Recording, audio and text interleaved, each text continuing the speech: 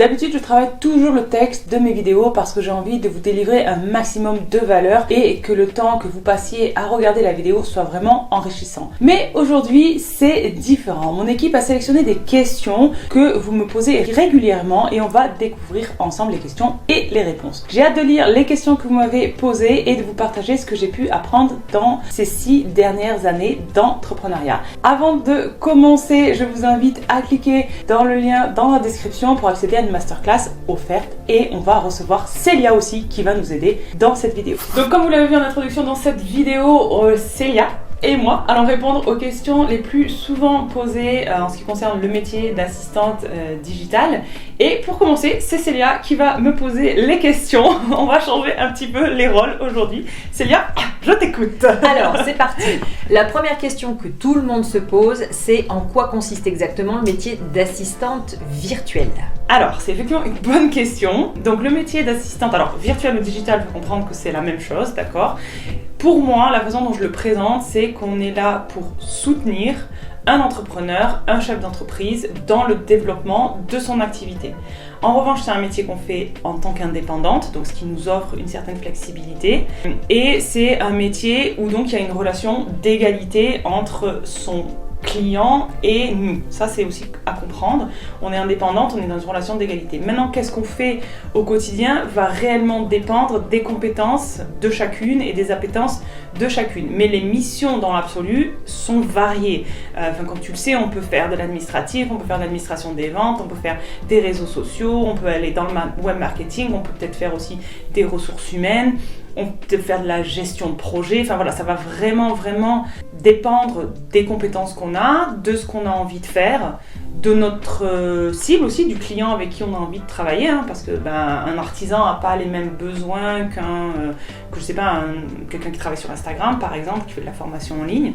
Mais notre rôle principal, nous, je crois que c'est ça qui est important à comprendre, on est là pour soutenir, pour aider au développement, pour mettre à disposition nos meilleures compétences au service du développement de l'entreprise de quelqu'un. Voilà. Est-ce que c'est clair? C'est très clair. Alors, la deuxième question, c'est est-ce que tout le monde peut devenir assistante virtuelle? Alors, dans l'absolu, oui. On peut toutes et tous devenir assistante virtuelle digitale. Toutefois, avec le recul et avec l'expérience que j'ai eue moi personnellement, mais aussi via l'académie, je pense qu'il y a quand même des prérequis qui sont déjà être intéressé par le digital de manière générale, et je veux dire aussi juste travailler à distance. On travaille à distance, je n'ai peut-être pas précisé ça aussi bien auparavant, c'est qu'on travaille à distance, donc il faut comprendre qu'on va travailler avec son ordinateur, principalement son téléphone. Il faut une appétence pour ça. Il faut aussi une appétence pour le service client, je pense, parce que notre métier, c'est vraiment d'être au service d'un client, finalement, dans le respect, bien sûr. Mais une fois qu'on a ça, qu'on a cette appétence du digital, du service client, de l'envie d'aider, aussi de se développer personnellement dans nos compétences, et qu'on a des compétences identifiées et utilisables par les clients, tout le monde dans ce cas-là peut vraiment devenir assistante digitale. Il suffit juste de se dire qui je veux aider, comment je veux aider et avec quelles compétences. Très bien.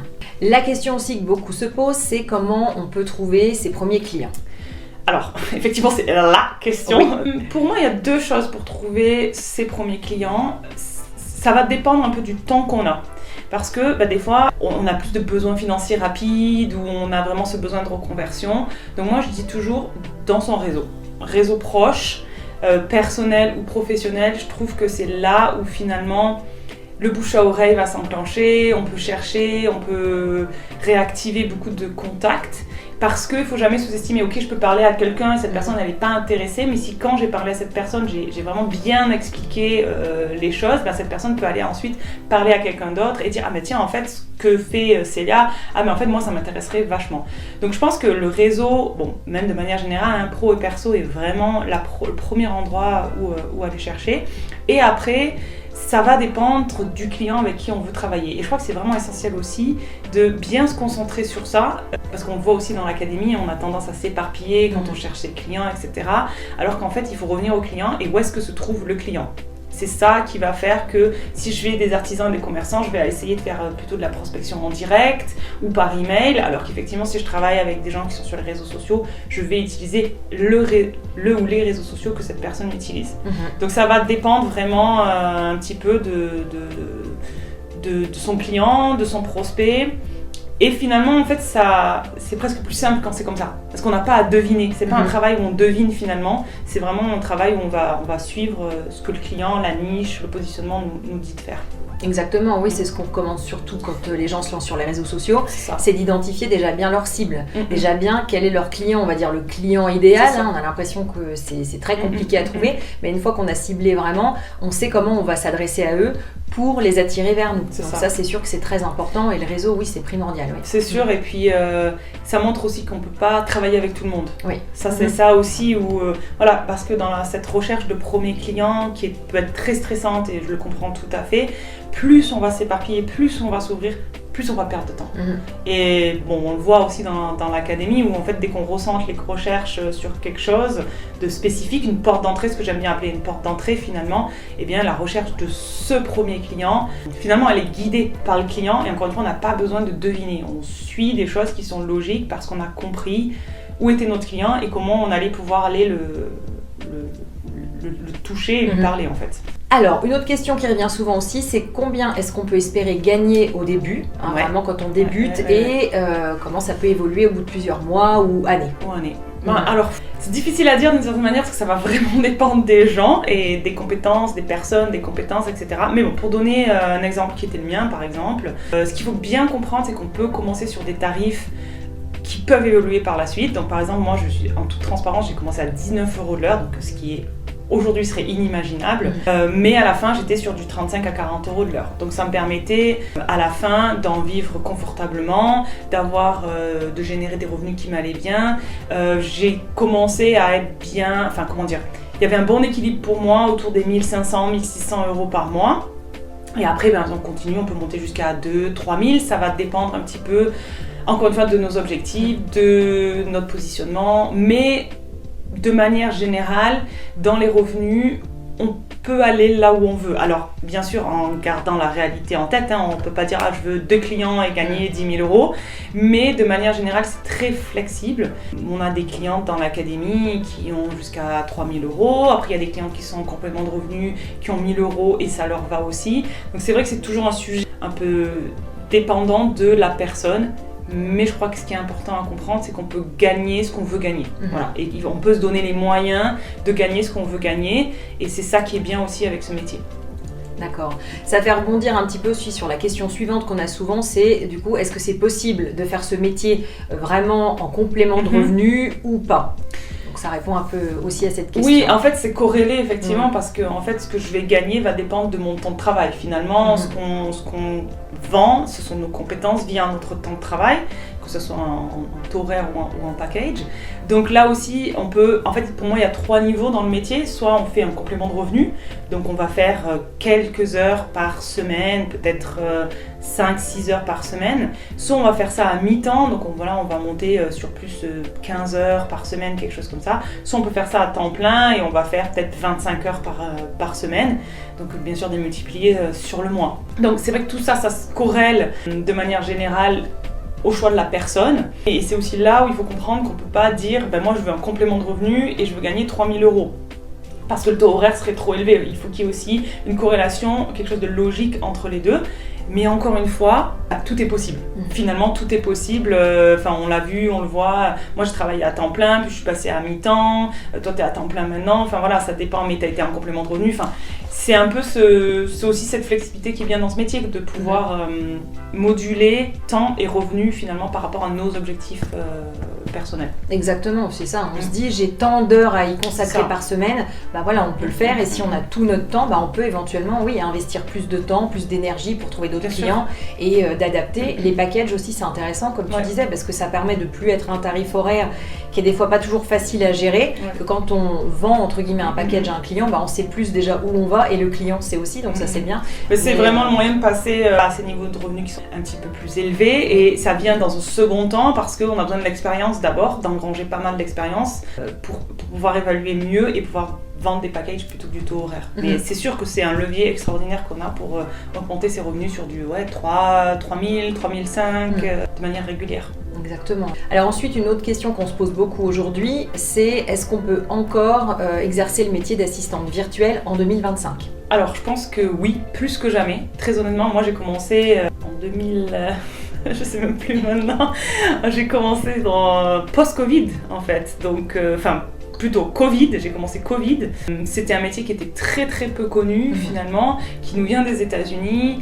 Donc comme toujours, l'Europe a à peu près 5-10 ans de retard sur les États-Unis. Bon, c'est comme ça, surtout dans ces métiers-là. C'était pas très connu et j'ai très bien travaillé. Mais par contre, j'avais un gros travail d'éducation à faire, c'est-à-dire que je devais expliquer aux clients, aux prospects, qu'est-ce que fait une assistante, un peu comme je suis en train de le faire là, mais à des prospects, et comment je pouvais les aider. Et c'était un métier qui était principalement sur Internet, quand moi j'ai commencé. Aujourd'hui, c'est un métier qui est déjà bien plus développé. Même s'il y a toujours de l'éducation à faire, c'est quand même des métiers, on en entend de plus en plus parler, bien évidemment. Le monde du travail a extrêmement changé après le Covid, donc ça a ouvert aussi des opportunités énormes sur les métiers du digital, sur une façon de travailler qui est différente, qui est un petit peu plus fracturée que ce qu'elle était avant. Donc on a un métier qui rentre dans l'air du temps, on va dire. On a un marché qui s'ouvre de plus en plus, parce que même si ça a commencé sur le digital aujourd'hui, ça va aussi dans le physique, dans les métiers. On le voit dans l'académie, on a des personnes qui aident des artisans, des personnes qui aident des commerçants, des personnes qui aident des esthéticiennes, des gens qui sont même toi, finalement, tu vas sur place aussi. Oui, c'est très varié aussi. Voilà. On peut travailler vraiment pour d'autres corps de métier pour lesquels on ne travaillait pas forcément il y a 4 ou 5 ans dans le digital. Aujourd'hui, effectivement, on a des personnes même dans l'agriculture, des agriculteurs, on a tout la type santé, de métier. Il y a vraiment, on le voit vraiment au travers de l'académie, ça s'est ouvert dans tous les secteurs, même l'art, on a des personnes qui sont parties dans l'accompagnement de l'art, etc. Donc je pense que de manière générale, ça s'est vraiment ouvert. Alors ça peut faire peur parce qu'on se dit oui, mais du coup il y a plein de gens qui vont faire ce métier, mais en fait c'est plus que c'est le marché qui se consolide et il est loin d'être saturé, parce qu'il y a aussi parfois un peu un décalage entre encore ce dont les clients ont besoin et ce qu'on peut offrir en tant qu'assistant. Donc il y a encore une grande marge de progression. Et donc pour moi, oui, en 2025, c'est tout à fait un métier qui a de l'avenir, plus que jamais. Vraiment, je pense que plus que jamais, on a des belles opportunités. Et si c'est un métier qui convient, c'est vraiment une opportunité de le faire maintenant, c'est sûr et certain.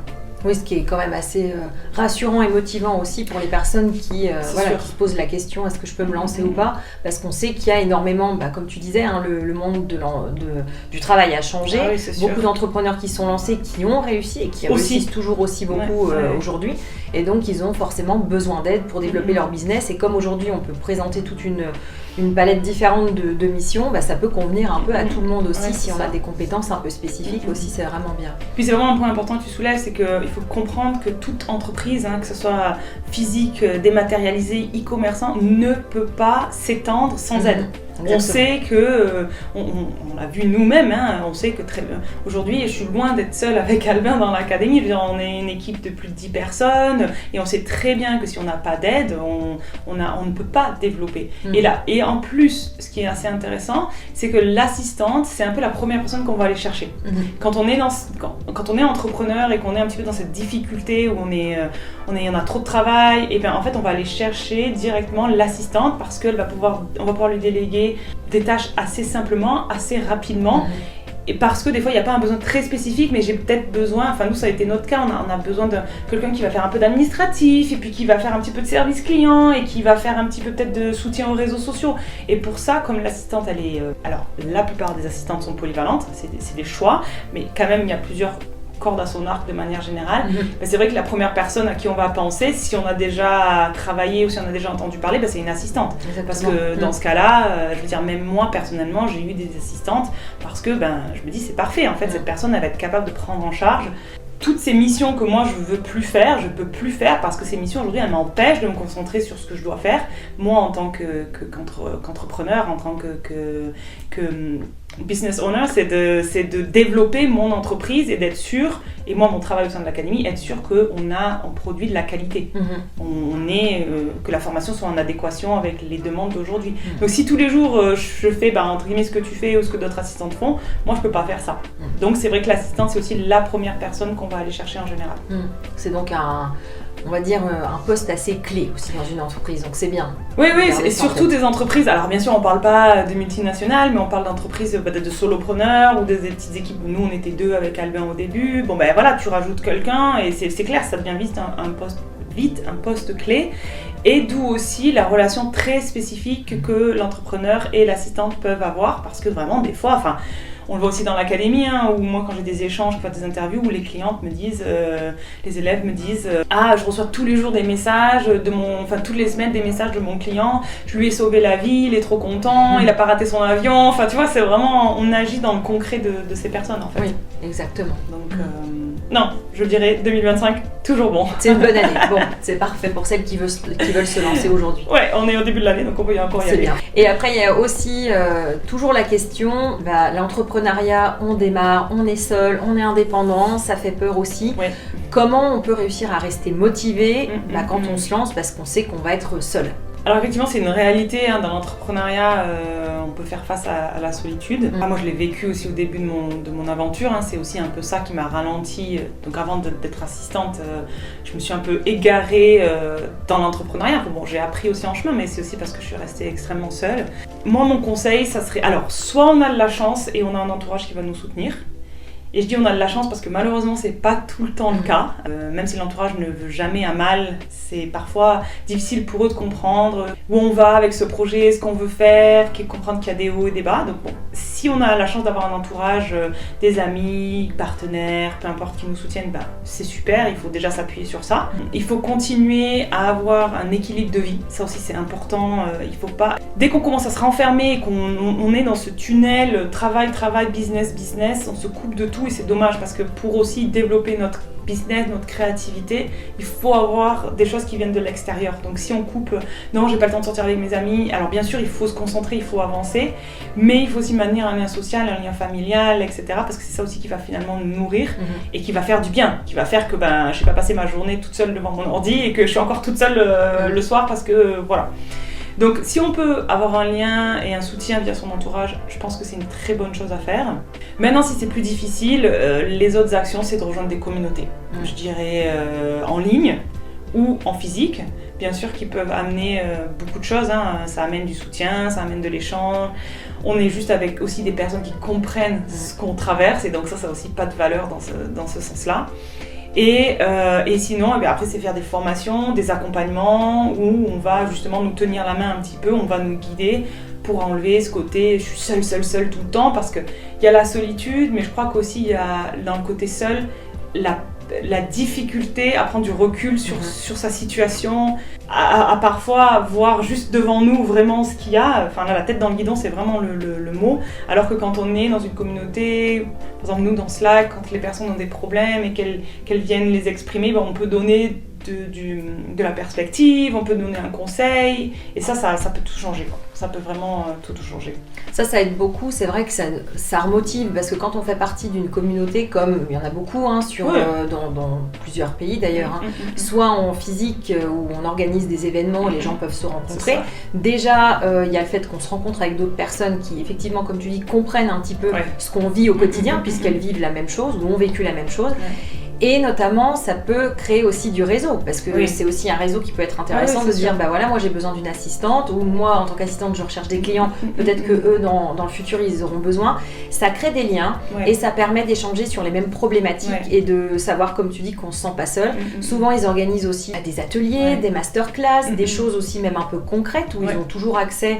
En général, moi j'en connais 2 où on a accès sur leur plateforme à des ateliers, à des ressources, vraiment des documents, des choses comme ça qui peuvent vraiment aider, que ce soit dans notre métier ou dans l'entrepreneuriat en général. Donc pour moi ça c'est vraiment une pépite, et Et je dirais que je conseille quand même aux gens aussi de rentrer dans une communauté comme ça qui peut vraiment faire du bien. Ouais.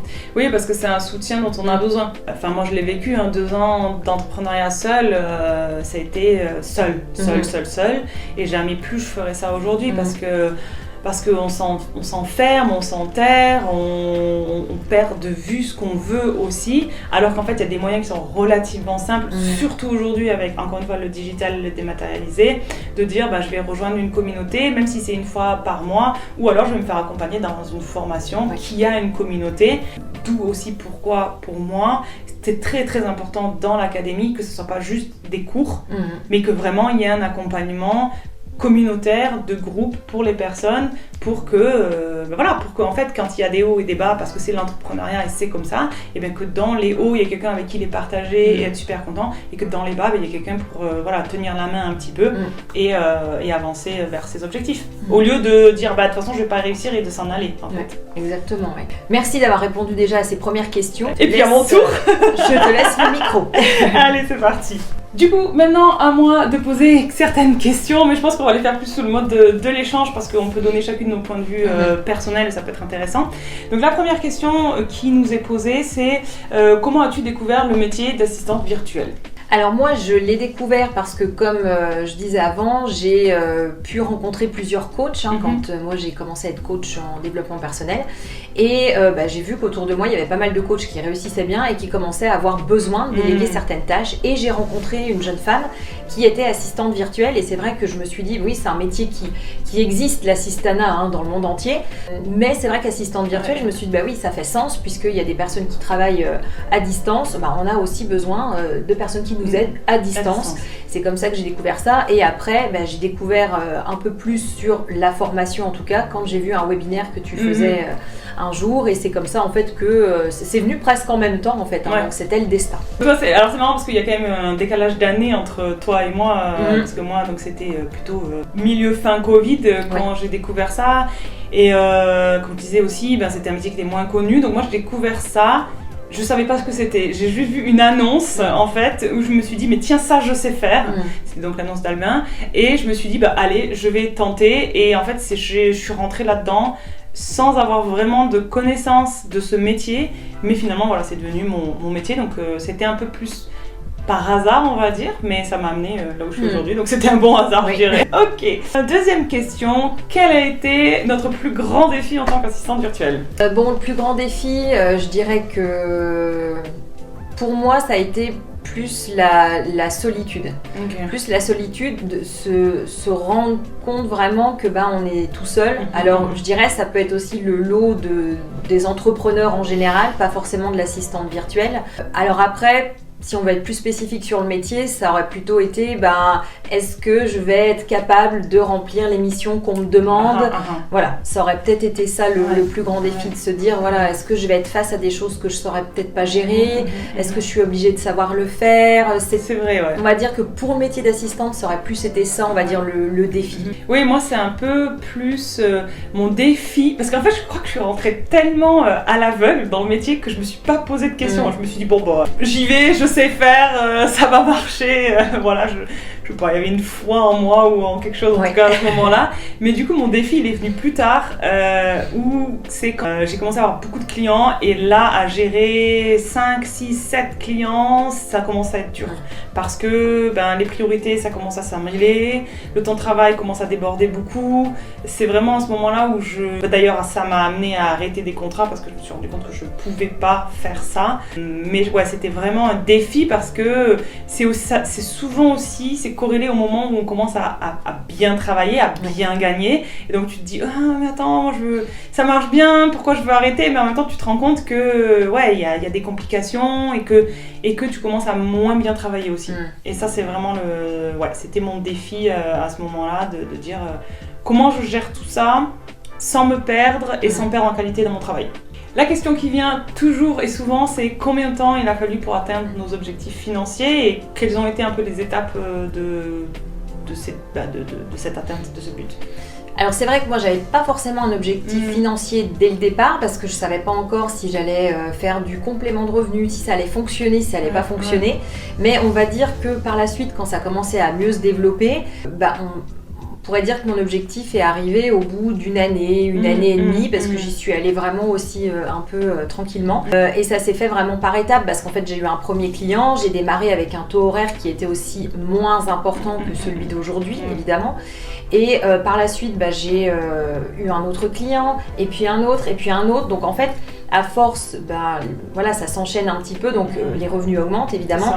Et après, comme tu as pu le dire aussi auparavant, j'ai structuré mon offre différemment. Je facturais plus vraiment à l'heure, je facturais plus au package, ce qui fait que j'arrivais vraiment à me dire, ok, c'est quoi mon objectif financier ? Est-ce que c'est 1000 ? Est-ce que c'est 1500 ? Est-ce que c'est 2500 ?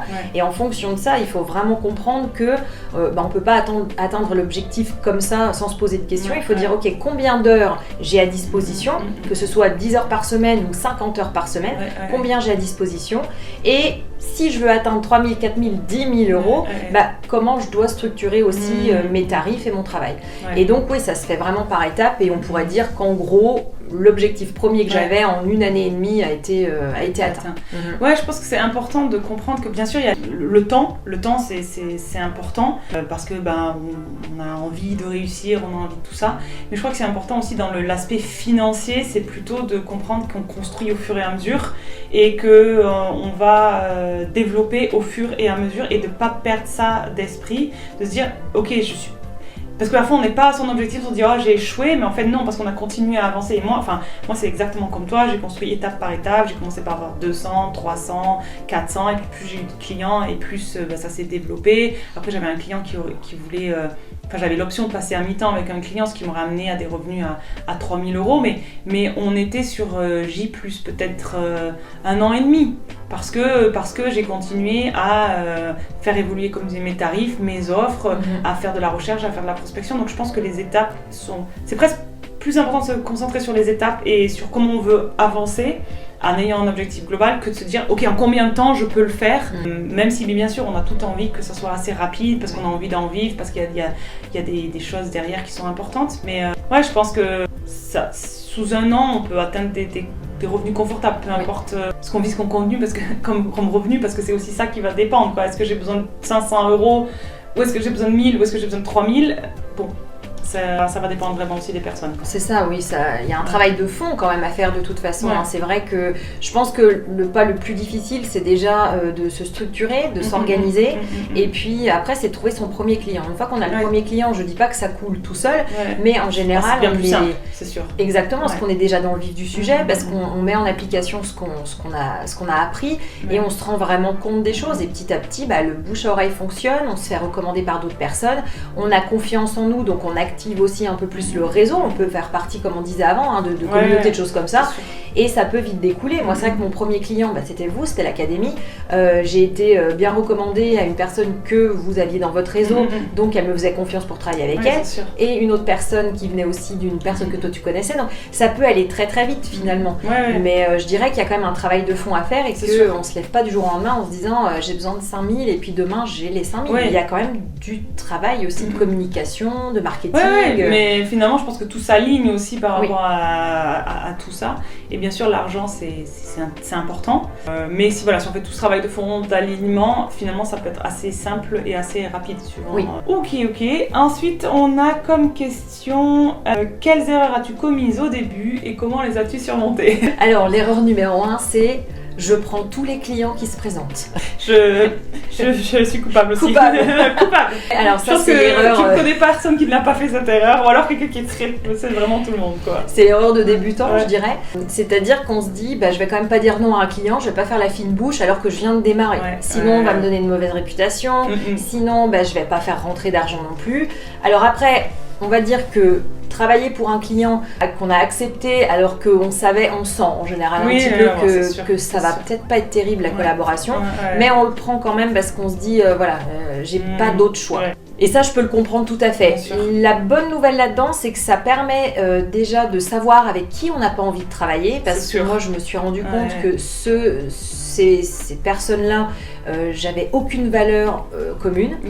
Ça peut paraître bizarre de dire ça parce qu'on peut se dire oui mais on est séparés, c'est autre chose. Et puis on sépare le pro et le perso. Qu'est-ce que viennent faire tes valeurs aujourd'hui? Alors que ça justement c'est important dans l'entrepreneuriat de comprendre que si on décide de se lancer comme indépendant, on véhicule aussi à travers de notre business certaines valeurs qui sont les nôtres. C'est notre business, c'est un petit peu de nous aussi. Et on a envie de travailler avec des gens qui ont un peu le même état d'esprit aussi, qui sont un peu sur la même longueur d'onde. Et là, je me suis rendu compte que ça ne collait absolument pas du tout et que j'étais même un peu maltraitée, on va dire, où on me parlait mal, où j'avais presque un peu la boule au ventre et je me suis dit stop, c'est pas du tout ce que je veux parce que si j'ai pu connaître des fois dans le salariat des choses un peu similaires où je me suis dit j'ai pas tellement le choix, aujourd'hui j'ai le choix de recadrer et de dire stop. En plus, j'avais pas été payée, donc j'ai travaillé et j'ai jamais eu la mauvaise expérience complète. C'est ça. Bon, qui arrive malheureusement, ça on pourra jamais y faire. Mais bon, ça, c'est souvent quand même des moments où on se dit ah ouais mais non du coup non. Je veux pas. C'est ça. Je veux pas ça. Et en général corrélé à j'accepte tous les clients, peu importe, même si voilà il y a tarifs qui sont très bas. Oui aussi. Moi c'était mon erreur je pense de débutante. Alors après, ça m'a permis de débuter, donc c'est pas quelque chose que je regrette parce que je pense qu'on peut commencer sur des tarifs bas, mais il faut pas les garder longtemps. C'est ça un peu l'erreur que moi j'ai faite, plus que de commencer sur le tarif bas, c'est de le garder bas longtemps, alors que mes compétences, mes connaissances étaient déjà là et qu'elles se développaient au fur et à mesure. Mais en général, je pense que c'est les deux plus grosses erreurs qu'on a quand on commence. Oui, c'est ça. Après, dans mon travail, je réfléchis plus dans la longueur, mais non, je crois que c'est vraiment les deux premiers. C'est ça, on veut pas se couper des opportunités. À la fois, ce qui est intéressant, c'est de se dire j'ai quand même pu mettre en application certaines missions et on se rend compte, surtout que moi je débutais, donc on se rend compte est-ce que ça me plaît pas, est-ce que j'aime faire ci, est-ce que j'aime faire ça. L'assistanat personnel, par exemple, ça m'a pas forcément plu plus que ça. Donc ça a été des expériences, ça m'a permis de mettre en application. Et puis voilà, au-delà de tout ça, c'est de se connaître mieux et d'avoir une structure. Parce que finalement, de ne pas avoir été payée, ça a été un petit peu de ma faute aussi parce que j'avais pas tellement mis les points sur les i. J'avais pas tellement été claire sur les conditions, j'avais pas été tellement claire sur les termes du contrat. Ce qui fait qu'il n'y avait pas vraiment de contrat, c'était un petit peu verbal. Je me suis dit que c'était c'est un peu une erreur aussi au début, on ne veut pas embêter avec les papiers, les devis à signer, tout ça, alors qu'en fait, c'est plutôt une preuve de rigueur et de clarté. En fait. Et c'est vrai j'avais oublié ça, que moi aussi au début j'avais tendance un peu à je voulais pas embêter le client, tout ça, alors qu'en fait ça peut facilement malheureusement avec un client malhonnête se retourner contre nous quoi. C'est ça, il faut vraiment en fait se dire c'est une expérience qui permet de savoir avec qui je ne veux pas travailler, quelles valeurs sont fondamentales pour moi pour moi et donc que je veux retrouver chez l'autre, d'être clair, net et précis sur ce qu'on propose comme mission et les termes du contrat vraiment, de la rémunération, des choses comme ça. Et ça c'est impératif et donc voilà, on apprend par l'expérience comme beaucoup de choses. Exactement. C'est pour ça aussi que c'est bien. Et la question qu'on nous pose souvent aussi, c'est comment on gère son temps entre vie perso et vie pro. Oui, alors je dirais qu'il faut trouver un juste équilibre en fonction de la situation de chacun. C'est sûr, comme je disais souvent, ceux qui ont des enfants, ceux qui n'en ont pas. Ça fait tellement de différence. Voilà, c'est ça. Il y a aussi des personnes peut-être qui sont là pour leur famille ou pour des amis, parce qu'il y a des besoins aussi pour des personnes, je sais pas, qui seraient malades ou quelque chose comme ça. Donc, en fonction de sa situation, on va essayer d'adapter. L'un et l'autre doivent être adaptables parce qu'on peut pas passer sa vie à s'occuper de sa famille ou faire des hobbies ou être en train de faire un tour du monde et de vouloir avoir les revenus de 2000, 3000 qui tombent, c'est pas possible comme on l'avait dit avant. Il faut qu'il y ait un équilibre entre les deux. Faut pas que le travail prenne non plus toute la place, petite erreur qu'on peut avoir au début parce qu'on se met à fond dans son business parce qu'il faut que ça fonctionne. C'est bien de se dire ok je mets un bon coup de collier puis il y a un moment donné où ça va se rééquilibrer. Il faut retrouver un équilibre juste et comment on le fait, je pense que ça se fait un petit peu naturellement quand on commence à dire oulala là je trouve plus trop de clients, est-ce que j'ai mis assez d'énergie là-dedans ou est-ce que je passe plus mon temps à faire un peu mes hobbies. Et puis on fait un peu cet aller-retour continuel entre les deux. Mais je pense que, parce que c'est quand même assez souvent qu'on nous pose cette question, mais au final ça va encore une fois dépendre de la personne, comme tu dis, de ce qu'on veut et qu'il faut trouver une structure qui nous correspond personnellement. Moi je sais que ça m'a pris du temps de sortir un peu de l'état d'esprit du travail de 9h à 18h, où voilà, du coup tu te lèves tôt, tu fais plein de choses le matin, enfin peu importe, ça m'a pris un peu de temps de m'autoriser à vivre un peu plus mon indépendance différemment, et notamment d'avoir des matinées qui sont lentes, des matinées où j'ai pas envie de me mettre à travailler avant 11h. Et ça, je l'avais déjà, enfin je l'ai toujours, mais je l'avais déjà aussi quand j'étais assistante, où j'essayais de trouver, et ça vient aussi avec le temps, ce qui me correspond moi vraiment. Et puis comme on discutait aussi dans une autre vidéo, de dire parfois j'ai un besoin d'un mercredi off, et je le prends off, et puis ça sera samedi que je ferai les choses. Je crois que la structure, elle dépend vraiment des personnes. Et moi, mon truc à moi, c'est d'essayer de m'aligner le plus avec ce que j'ai vraiment envie de faire au moment donné. C'est ça qui me... Bien sûr, comme tu dis, en respectant les besoins et les attentes des clients. Ou alors peut-être pour des personnes qui ont besoin d'avoir une très grosse structure, et de créer une structure dans laquelle ils peuvent, une routine dans laquelle ils peuvent s'inclure, et que voilà, il va y avoir du temps pour le travail. Je partage souvent la technique du time blocking aussi. Mais ouais, je pense qu'il n'y a pas de réponse universelle. Ça va être vraiment en fonction de chaque personne, ce dont elle a besoin. Et comme tu dis, c'est l'équilibre entre nous et ce qu'on doit faire pour nos clients, finalement. C'est ça, et c'est vraiment de se mettre des objectifs. Il faut des objectifs, que ce soit dans la vie pro, dans la vie perso. Après, c'est vrai qu'on fait faire souvent aux élèves la roue de la vie. Ça paraît vraiment très bête peut-être de faire cet exercice, mais je le trouve vraiment essentiel, et c'est bien de le refaire plusieurs fois en fait dans tout son parcours d'entrepreneur finalement, ou même pour des gens qui sont salariés. C'est super de voir comment on équilibre en fait les différentes choses qui constituent en fait notre quotidien. Que ça part trop dans le côté pro, il faut rééquilibrer un petit peu, mais c'est de se mettre des objectifs, tout en tenant compte aussi des objectifs financiers qu'on s'est fixés, parce que si on se fixe 5 000 € par exemple, on va pas pouvoir les faire en claquant des doigts, en travaillant une demi-heure par jour, parce que ça c'est pas possible. Donc surtout dans notre métier, où on est un métier aussi d'action. Donc c'est ça, c'est vraiment voir ses objectifs financiers, les objectifs qu'on a à mener avec ses clients, avec les délais qu'on a à respecter, et en fonction de ça, on articule un petit peu les choses aussi. Il y a des semaines avec des clients, ça va être plus light que d'autres. Oui, c'est ça aussi, c'est qu'il y a tellement, ça peut varier d'une semaine à l'autre, d'une charge de travail à l'autre. Mais c'est le bon truc aussi. Mais c'est la bonne chose, exactement. C'est cette flexibilité qui nous est donnée, et c'est à nous un petit peu de transformer dans notre réalité quotidienne au final. C'est ça, exactement. Et bien voilà, c'est fini pour cette deuxième série de questions. Merci pour l'échange. Merci à toi. Et on continue pour la suite. Si vous voulez en savoir plus sur le métier d'assistante virtuelle et découvrir comment générer vos premiers revenus complémentaires depuis la maison, je vous mets en haut à droite cette vidéo qui est la méthode incroyable pour lancer votre activité en 2025, spécialement pour les assistantes virtuelles. J'étais ravie de partager cette vidéo avec Célia. C'était Julie, et je vous retrouve très rapidement pour une nouvelle vidéo.